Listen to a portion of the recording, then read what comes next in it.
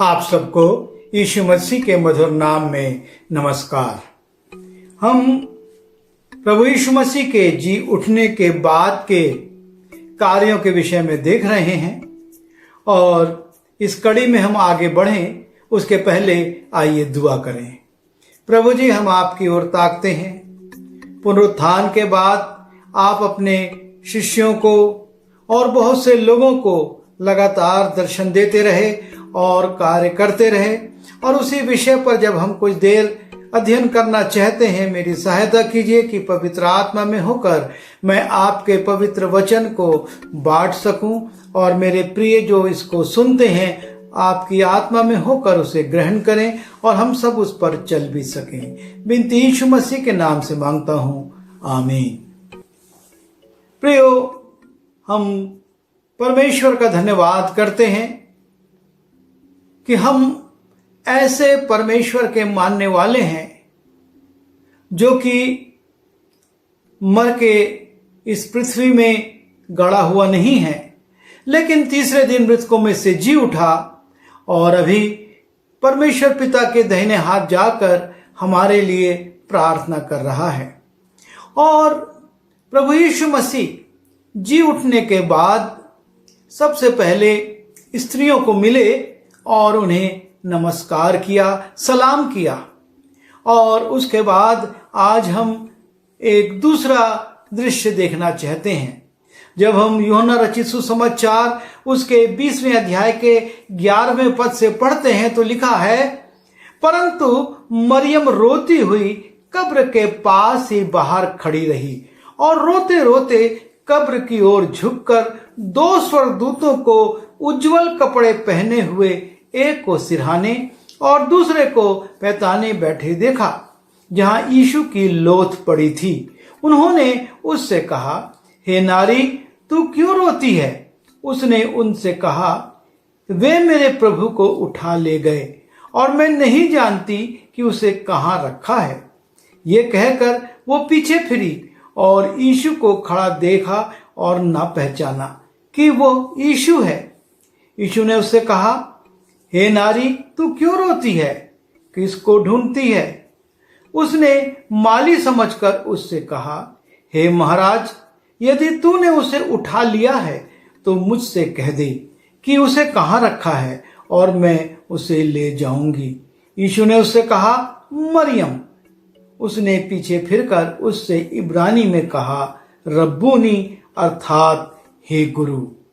और यहाँ पर हम देखते हैं कि पुनरुत्थान के बाद मरियम मगदलीनी कब्र पर आती है और जब वो कब्र पर देखती है कि पत्थर हटा हुआ है और यीशु की लोथ वहां पर नहीं है, तो वो तुरंत वापस जाती है और वापस जाकर वो यीशु मसीह के चेले पतरस और दूसरे चेले जिससे यीशु प्रेम रखता था उनसे कहती है कि वे उसे कब्र में से निकाल ले गए हैं और हम नहीं जानते कि उसे कहां रखा।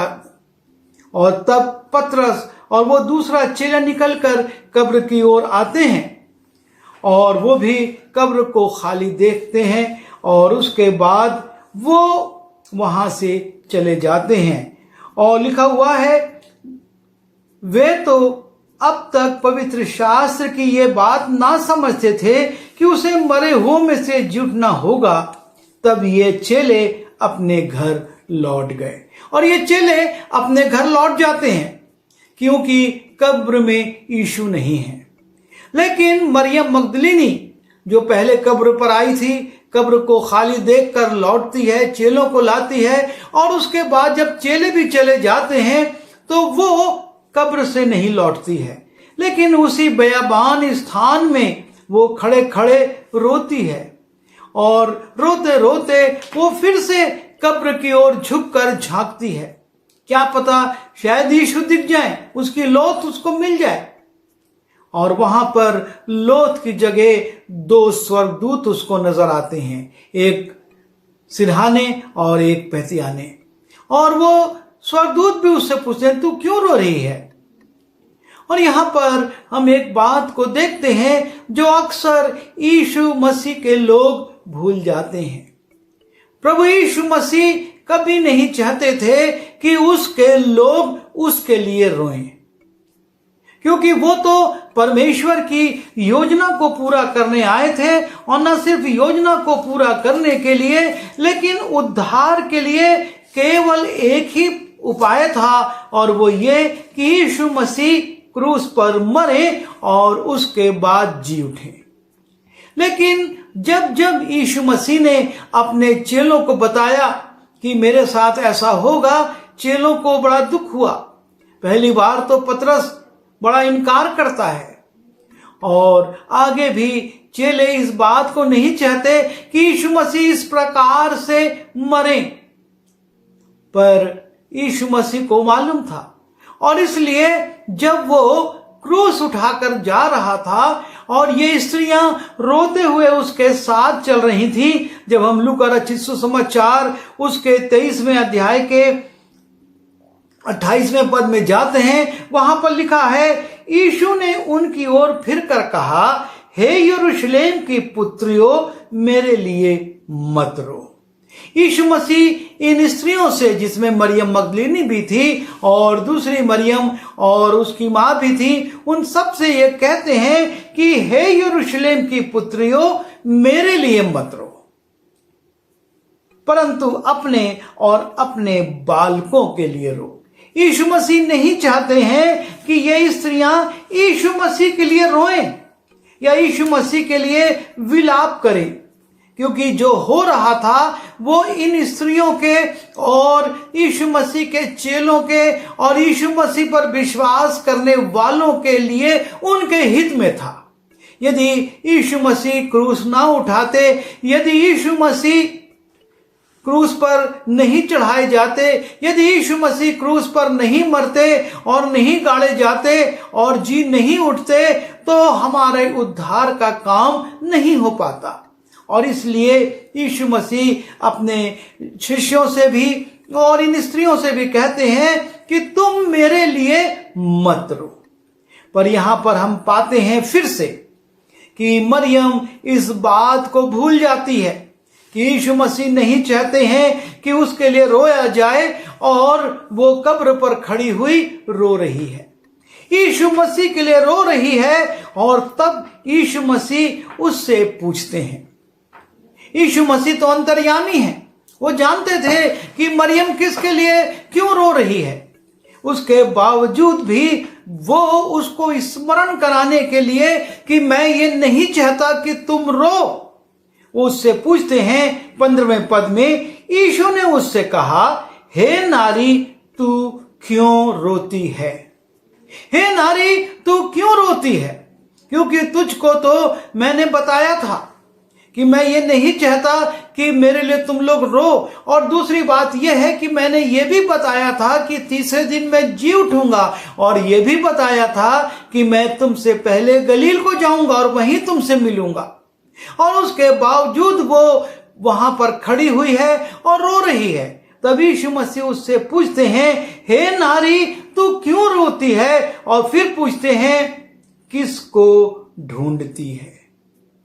तेरी तलाश क्या है? तू किसको ढूंढ रही है? हे नारी, तू किसको ढूंढ रही है? क्योंकि यीशु मसीह को वहां तो रहना ही नहीं था। वो पहले से बता चुके थे कि मैं तीसरे दिन जी उठूंगा, और उसके बावजूद भी ये स्त्रियां तैयारी करके वहां आती हैं यीशु मसीह पर लेप लगाने के लिए, सुगंध द्रव्य मलने के लिए, और जब नहीं पाती हैं तो लौटती हैं। और ये स्त्री मरियम वहीं पर रोती हुई खड़ी रह जाती है। और जब वो रो रही है, यीशु मसीह अपने लोगों से इतना प्रेम करते हैं कि उनको उनका शोक पसंद नहीं आता, और वो उसके पास चले आते हैं। गलील जाने की जगह वो उसी कब्र के पास फिर लौट कर आते हैं और मरियम से पूछते हैं कि हे मरियम, तू क्यों रोती है और तू किसको ढूंढ रही है? उस मरे हुए यीशु को या जीवित यीशु को? तू बता, तू किसको ढूंढ रही है? और जब हम परमेश्वर की आज्ञाओं को भूल जाते हैं, जब हम परमेश्वर की उन बातों को जो उसने हम पर भविष्य की के लिए प्रकट की हैं उनको भूल जाते हैं, तो हमारे जीवन में नासमझी आ जाती है। हम बहुत सी बातों को देखते हुए भी नहीं देख पाते और सुनते हुए भी नहीं सुन पाते। ये स्त्री से यीशु मसीह बातचीत कर रहे हैं, वो ना उनकी आवाज को पहचान पा रही है और ना वो उनके चेहरे को पहचान पा रही है। यीशु मसीह के चेहरे में ऐसा क्या परिवर्तन हो गया कि मरियम नहीं पहचान पा रही है, या उसकी आवाज में क्या परिवर्तन हो गया कि वो उसकी आवाज को भी नहीं पहचान पा रही है। ये दुष्ट के द्वारा हमारी आंखों पर एक पर्दा डाल दिया जाता है जब हम परमेश्वर की आज्ञाओं से, उसके बताए हुए भविष्य की बातों से अलग होकर ये सोचने लगते हैं कि संसार में ऐसा होता है। वो इस बात की खोज में थी कि कैसे यीशु मसीह की मृत देह को पाए और उस पर वो सुगंध द्रव्यों को लगाए और अपने तरीके से उसका अंतिम संस्कार करे। उसकी तलाश जीवित यीशु नहीं था, उसकी तलाश उन रीति विधियों को पूरा करना था जिसको सप्त का दिन लग जाने के कारण वो पूरा नहीं कर पाए थे, और इसलिए वो उनको पूरा करके अपनी सांत्वना के लिए, अपने मन की तसल्ली के लिए, अपने संतुष्टि के लिए वो यीशु मसीह की लोथ को ढूंढ रही है। और जब वो ऐसा कर रही है, साक्षात यीशु मसीह उसके पास हैं, पर ना वो उनको पहचान पा रही है और ना उनकी आवाज को पहचान रही है। वो उसको एक नए रूप में देख रही है कि ये तो इस बारी का माली होगा, और उससे कहती है कि हे महाराज, यदि तूने उसे उठा लिया है तो मुझसे कह, मैं उसे ले जाऊंगी। वो यीशु मसीह की मृत देह को ले जाना चाहती है, और हम बहुत सारी मृत रीति विधियों को पूरा करना चाहते, उनका बोझ ढोते हैं ताकि हम संतुष्ट रहें कि हम तो परमेश्वर के नियमों का पालन करते, उसकी रीति विधियों को पूरा करते, और हम तो परमेश्वर की आज्ञाओं के अनुसार चलते हैं। पर सच्चाई इससे अलग है। प्रभु यीशु मसीह ने अपने जीते जी ना सिर्फ अपने चेलों को यह बताया था कि मैं मारा जाऊंगा और तीसरे दिन जी उठूंगा, लेकिन उसने और बहुत सी बातें बताई थी इस संसार के अंत के विषय में, कि किस प्रकार की घटनाएं घटेंगी, किस प्रकार से राज्य पर राज्य चढ़ाई करेगा, किस प्रकार से प्राकृतिक आपदाएं आएंगी, नाना प्रकार की बातें बताई थी। लेकिन आज का मनुष्य अपनी रीति विधियों को पूरा करने में लगा है और उन बातों को वो नजरअंदाज कर रहा है। जिस रीति से मरियम यीशु मसीह को नहीं पहचान पा रही थी और वो अपनी धुन में थी कि मुझको तो कैसे भी यीशु की देह चाहिए ताकि मैं उसको अपनी रीति विधि के अनुसार गाड़ सकूं, या उस पर इत्र मल सकूं, या उसके प्रति अपनी जो रीति विधियां हैं उनको पूरा कर सकूं। आज अधिकांश लोग इसी स्थिति में हैं और इसलिए वो यीशु को नहीं पहचान रहे हैं, उसकी आज्ञाओं को और उन भविष्य की बातों को जो उसने बताई थी उनको नहीं पहचान कर उनका पालन नहीं कर पा रहे हैं, और वो अपनी धुन में अपने तरीकों से अपने कार्यों को करने में लगे हैं और बड़े अपने आप को शौकित दिखा रहे हैं कि हम कितने शौक के साथ, कितने परिश्रम के साथ इन कार्यों को कर रहे हैं। मरियम वहां खड़े होकर रो रही है और ये सोच रही है कि उसका प्रेम यीशु मसीह के प्रति प्रकट हो रहा है, लेकिन साक्षात यीशु को वो नहीं देख पा रही, नहीं पहचान पा रही है। और तब यीशु मसीह मरियम को उसका नाम लेकर पुकारते हैं और कहते हैं मरियम। और जैसे ही यीशु मसीह उसका नाम लेकर पुकारते हैं, 16वें पद में लिखा है, यीशु ने उससे कहा मरियम। और तब जैसे ही यीशु ने उसका नाम पुकारा, मरियम यीशु मसीह को पहचान लेती है और कहती है, उसने पीछे फिरकर उससे इब्रानी में कहा रब्बूनी, अर्थात हे गुरु। यीशु ने उसको नाम लेकर बुलाया, क्योंकि यीशु मसीह सबके नाम जानता है। जब जक्कई पेड़ पर था, उसने नाम लेकर कहा, हे जक्कई, झट नीचे उतर आ, मुझे तेरे घर में रहना आवश्यक है। हमारा यीशु हमको जानता है, वो हमारे मन की बातों को जानता है, वो हमारी सद इच्छाओं को जानता है। और इसलिए यहाँ पर यीशु मसीह नाराज नहीं होते हैं मरियम से, लेकिन उससे के पूछते हैं कि तू क्यों रोती है? तुझको रोने की आवश्यकता नहीं, उद्धार का काम पूरा हुआ है। तू किसको ढूंढ रही है? मृत यीशु अब तुझको कभी नहीं मिलेगा, क्योंकि वो तो मृत है ही नहीं, वो तो जी उठा है। पर मरियम नहीं पहचान पाती है, और तभी यीशु मसीह उसको नाम लेकर पुकारते हैं, उससे कहते हैं मरियम। और मरियम पलटती है, उसको स्वीकार करती है, कहती है रब्बूनी, और उसके सामने झुकती है। और तब यीशु मसीह जिस प्रकार से पिछले संदेश में हमने सुना था कि उन स्त्रियों से कहते हैं, यहाँ पर मरियम से भी यही कहते हैं। वो पतरस और वो यूहन्ना जो कि खाली कब्र को देखकर निराश होकर लौट चुके हैं, अब तू उनके पास जा। यीशु मसीह कहते हैं, मेरे भाइयों के पास जाकर उनसे कह दे कि मैं अपने पिता और तुम्हारे पिता और अपने परमेश्वर और तुम्हारे परमेश्वर के पास ऊपर जाता हूं। मैं जी उठा हूं और अब मैं तुम्हारे परमेश्वर और अपने परमेश्वर, तुम्हारे पिता और अपने पिता के पास जा रहा हूं। और यीशु मसीह उसको ये दायित्व देते हैं कि तू मेरे भाइयों के पास जा, उनके जो उदास हैं, हताश हैं, निराश हैं, उनको ये शुभ संदेश दे।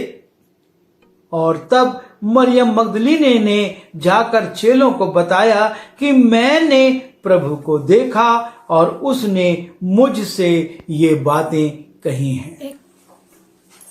ये अंश हमारा जाना पहचाना है और इस पर हम वर्षों से मनन चिंतन, अध्ययन और संदेश देते आ रहे हैं। लेकिन महत्वपूर्ण बात जो है, जिसको हम आज लेकर कुछ देर विचार कर रहे हैं, और वो ये है कि हमारा यीशु हमसे कितना प्रेम करता है। मरियम उस बात को भूल गई कि यीशु मसीह जी उठेगा। यीशु मसीह को वो मृतकों में ढूंढ रही है। यीशु मसीह ने मना किया कि मेरे लिए मत रो, वो उसके लिए रो रही है। लेकिन यीशु मसीह उसके हृदय के उद्गारों को जानता है, और जब उसके हृदय के विचारों को देखता है वो, तो वो रुकता नहीं, तत्काल उसके पास चला आता है।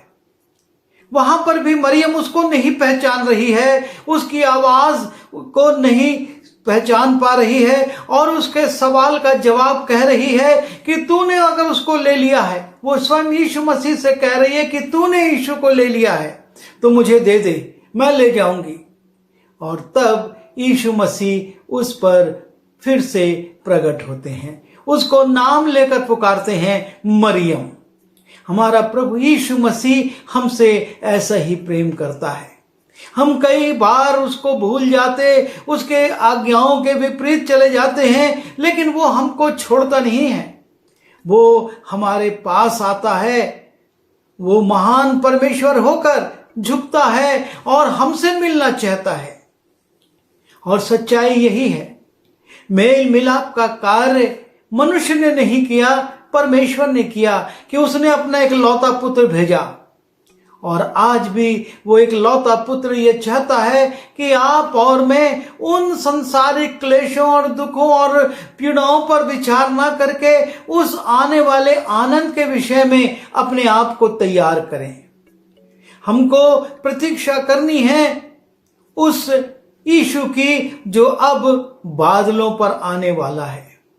अब हमको कब्रिस्तान में नहीं जाना है, उन रीतियों को, उन विधियों को जिनमें कि हम संतुष्ट होते हैं, उनको पूरा नहीं करना है। लेकिन इस बात के लिए हमको सचेत होना है कि मुझको अपने यीशु से मिलने की तैयारी करना है, जो कि बादलों पर आएगा, तुरही फूंकी जाएगी और हम बादलों पर उठा लिए जाएंगे।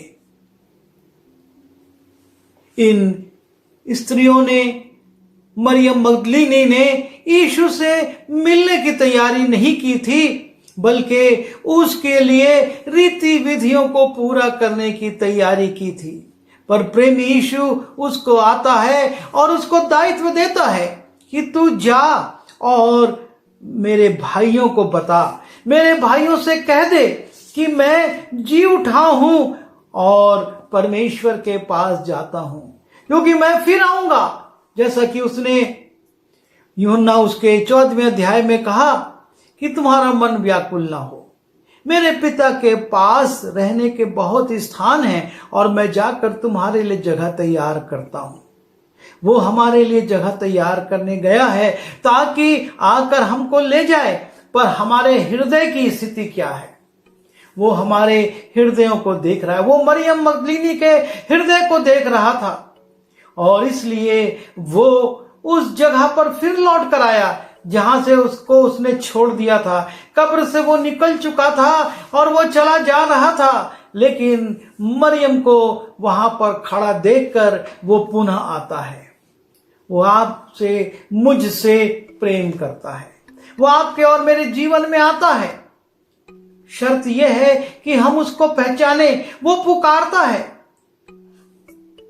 जैसे कि परमेश्वर ने सैमुएल को पुकारा था, पर सैमुएल का संबंध उससे ज्यादा ना होने के कारण वो उसकी आवाज नहीं पहचान सका। मरियम यीशु को नहीं पहचान सकी, पर जब यीशु ने उसका नाम लिया, उसने पहचान लिया। प्रभु आपको और मुझको भी नाम लेकर बुला रहा है कि हम उसके पास आएं और उसके लोगों को, इस संसार को बताएं कि यीशु मरा हुआ परमेश्वर नहीं, पर जीवित परमेश्वर है और फिर से आने वाला है न्याय करने के लिए। अब वो उद्धार की योजना पूरा करने नहीं, लेकिन न्याय करने आएगा और उसकी तैयारी हमको, उस न्याय की तैयारी हमको कर लेनी है। हम अपने जीवनों का विश्लेषण करें। वर्षों से हम पुनरुत्थान पर मनाते आए हैं और उसके बाद यीशु के कार्यकलापों को देखते आए हैं, पर क्या हम अपने यीशु की आज्ञाओं के अनुसार और उसके दिए हुए चिन्हों के अनुसार उसकी प्रतीक्षा कर रहे हैं या अपनी रीति विधियों को पूरा कर रहे हैं? प्रभु हमारी सहायता करे कि हमको जब वो आए तैयार पाए और अपने साथ बादलों पर ले जाए। आइए दुआ करें। प्रभु जी, हम आपका धन्यवाद करते हैं आपके प्रेम के लिए जो आप अपने लोगों से करते हैं, और आप उनके मनों को देखते हैं और उनके मनों के उद्गारों को देखकर उसके अनुसार प्रभु अपने व्यवहार को करते हैं। आपने मरियम मगदलीनी को प्रेम किया और उससे कहा, और उसने जब पहचान लिया तो उसको दायित्व दिया। हम भी प्रभु जी आपके वचन को फैला सकें, लोगों को बता सकें कि यीशु मसीह का दूसरा आगमन बहुत निकट है और बहुत से लोग प्रभु जी आपके पीछे आ सकें, ऐसा अनुग्रह दीजिए। इस वचन के अनुसार करने के लिए हम सबों को सामर्थ्य दें। विनती यीशु मसीह के नाम से मांगता हूँ, आमीन।